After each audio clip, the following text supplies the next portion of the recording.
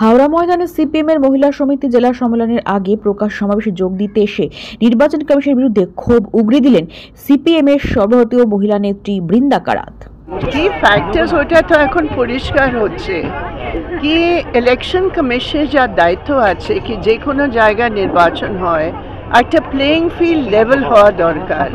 এখানে আমরা দেখেছি কি ইলেকশন কমিশন পুরোপুরি বিজেপি যত নিয়ম ভঙ্গ করেছে, যত ভায়োলেশন করেছে, সেটা ইলেকশন কমিশন কিছুতেই ইন্টারভিন করেনি।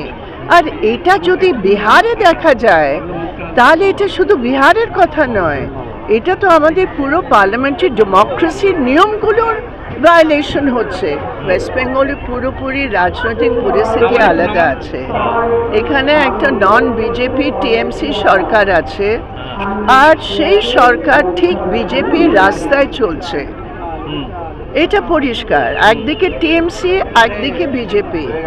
মানুষের সামনে জলে কুমির আর ডাঙায় বাঘ, কিন্তু মানুষ এখন ইউনাইটেড ভাবে হয়ে দুজনের বিরুদ্ধে তৈরি হচ্ছে, এটা সবচেয়ে বড় কথা। তো ওয়েস্ট বেঙ্গল আপনি বিহারের সাথে তুলনা করতে পারেন না, এটা একেবারে রাজনৈতিক পরিস্থিতি আলাদা আছে। ওইখানে একটা মহাগঠবন্ধন অল্টারনেটিভ ছিল, এখানে লেফট ফ্রন্ট অল্টারনেটিভ আছে, এটা একেবারে পরিষ্কার।